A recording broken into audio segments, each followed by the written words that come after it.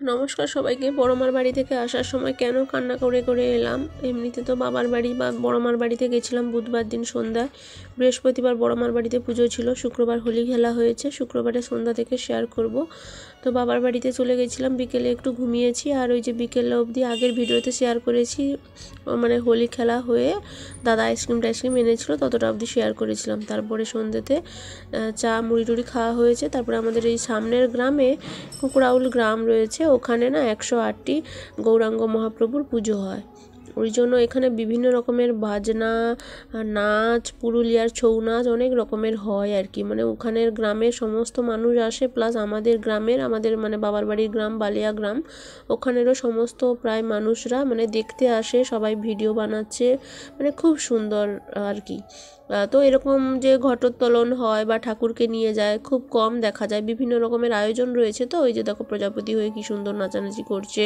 তারপরে যত রকমের বাজনা হয়, খোল করতাল, তারপরে সে বাদ্যিকার, তারপরে সে মহিলারাও বাজনাগুলো বাজাচ্ছে, সেই বাদ্যিকারগুলো।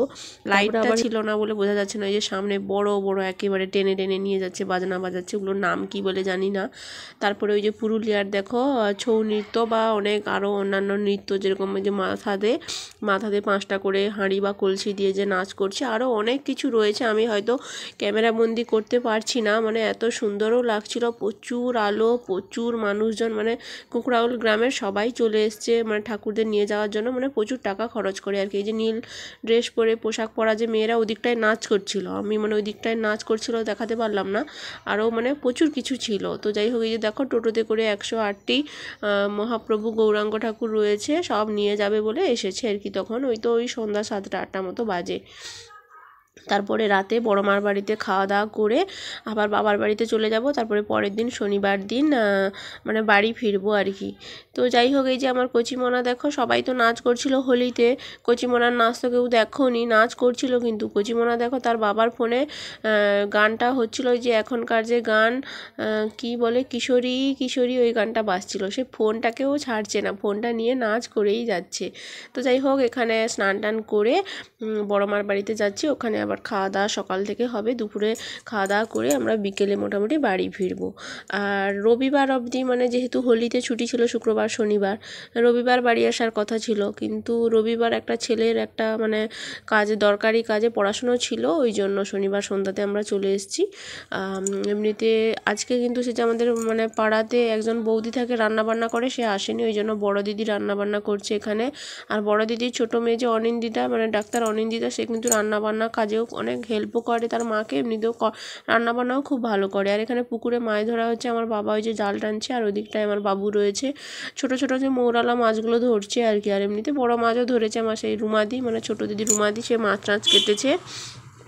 আর সেই যে বড় দিদির ছোটো মেয়ের কথা বলছি, আমরা পাখি বলে ডাকি, সে আবার ওই যে দেখো আমের মানে আচার করে, মানে আমের যে আম মাখা করে রোদে দিয়েছিল, আমরা একটু খেয়েছিলাম। আর এদিকে আমার বাহিরের যে মানে মেজো জেঠুর বাড়ি, ওখানে জেঠিমা মাছ টাছ কাটছিল, রান্নাবান্না হয়ে গেছে। ওই যে আমার বর খেতেও বসে গেছে, 3 রকমের ভাজা হয়েছে। আর এখানে ওই যে মৌরালা মাছের তরকারি। কুটুমবাস বলতে এমনিতে মাসিরা ছিল, মাসিরা চলে গেছে, আর একজন মাসি রয়েছে, মানে বড়মার ঘরে 5 জন বোন আর কি, বড়মার 3 জন মাসি এসেছিলো, একজন মাসি আছে, আর আমরা ওই যে 3 জন মেয়ে আছি আর কি। তো 3 রকমের ভাজা, মৌরালা মাছের তরকারি, ডাঁটা চচ্চড়ি, মাছের টক বড় দিদি রান্না করেছে, আমরা সবাই খাওয়া দাওয়া করে নিয়েছি। তারপরে তো আসার সময় সবাই প্রণাম করে আসার সময় কান্না করছিলাম বলতে, আমার বড় মা জানো তো কী কান্না করে, এত ভালোবাসে আমার বড় মা, বলে সব সময়, আমি মানে ভিডিওগুলো এডিট করতে করতে আমার কান্না পাচ্ছে। বড় মা বলে যে আমার 2টো মেয়ে বাড়ি যাওয়ার সময় না আমার কান্না পায় না, তুই বাড়ি যাওয়ার কথা বললেই আমার কেন কান্না পায়, আমি বলে বোঝাতে পারবো না। তাহলে ভাবো, আমার মা বাবা যতটা ভালোবাসে, আমার বড় মাও কতটা ভালোবাসে। বড় মার ঘরে কখনো ভালো একটা জিনিস, খাবার জিনিস থাকলে, কোথায় যে বড়ি হয় না, তরকারি বড়ি, তার ঘরের জন্য, তার মেয়েদের জন্য তৈরি করেছে, আমাকে ভরে দিয়েছে। আমার মার হয়তো আমাকে বড়ি দেওয়ার কথা, আমার মাও দেয় হয়তো, কোনো বছর আমার মা বড়ি দিতে পারে না। যাই হোক, আমার বড় মা কখনো বড়ি দিয়েছে এবারে। তারপরে আমরা যখন ভাড়া বাড়িতেও থাকতাম, সেখানে আমার বড় মা কোথায় শাক তুলে দিত, কোথায় পুকুরের মাছটা দিত। কান্না পাচ্ছে, কারণ আমি বাড়ির মধ্যে একমাত্র ছোট, আর আমি এখন অনেকটা দূরে চলে এসেছি, সেখানে কাছে থাকতাম 11 বছর। ভাড়া ছিলাম। সেই মুকুন্দপুরে বিয়ের পরে তারপরে বরের স্কুল ট্রান্সফার নিয়ে, মানে বরের স্কুল বাড়ির সামনে পেয়েছে বলে একেবারে আসতে বাধ্য, যে স্কুল এত সৌভাগ্য কারোর হয় না যে বাড়ির সামনেই স্কুল। ওই জন্য আমরাও মানে বড় স্কুল ট্রান্সফার নিয়ে চলে এসেছি। আর ওই জন্য মানে খুব, আমি বাড়ির ছোট তো, আর অনেকটা দূরেও চলে এসেছি। তো যাই হোক, বাড়িতে এসে ওই যে দেখো পরপর 2-3 দিনের কাছাকাছি শেয়ার করলাম। তারপরে তো রবিবার ছিল, আর তারপরেও কাছাকাছি হয়েছে অনেক। মানে এত পোশাক পরলে তো কাছাকাছি ধোয়াধুয়ি, ঘর মোছামুছি এই সমস্ত তো থাকে। আর আমরা সেই এসি বাসে করে চলে এলাম, আর আমাদের সঙ্গে আমাদের বড় দিদিও চলে এসেছিলো। তারপরে কাছাকাছি করে, সেদিন রবিবার ছিল ওই জন্য একটু মাংসও বর এনেছে, শুধু মাংস কাছাকাছি করেছিলাম তো ওই জন্য শুধু মাংস ভাত করেছি। এই তো আমরা 2-2.5 জন খেতে।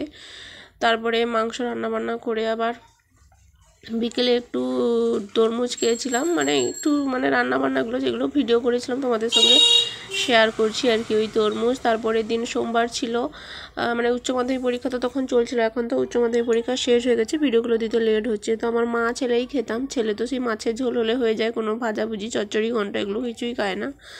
তো যাই হোক, ওই জন্য সজনে ডাঁটা ছিল, সেই সজনে মানে এনেছে, সেই সজনে ডাঁটা দিয়ে শুক্তো করেছিলাম বড়ি দিয়ে, আর মাছের ঝোল করেছিলাম। দুবেলা রান্না করে নিয়েছি, অনেক কাচাকুচি করেছিলাম, পায়ে তো ব্যথা হয়ে যায় কাচাকুচি বেশি কাজ করলে। ওই যে শুক্তো করেছি আর মাছের ঝোল দুবেলার বলতে, এখন তো আমি একা খাবো আর ছেলে তো শুধু মাছের ঝোল খাবে, আর রাতে আমরা 2.5 জন খেয়ে নেবো এই আর কি।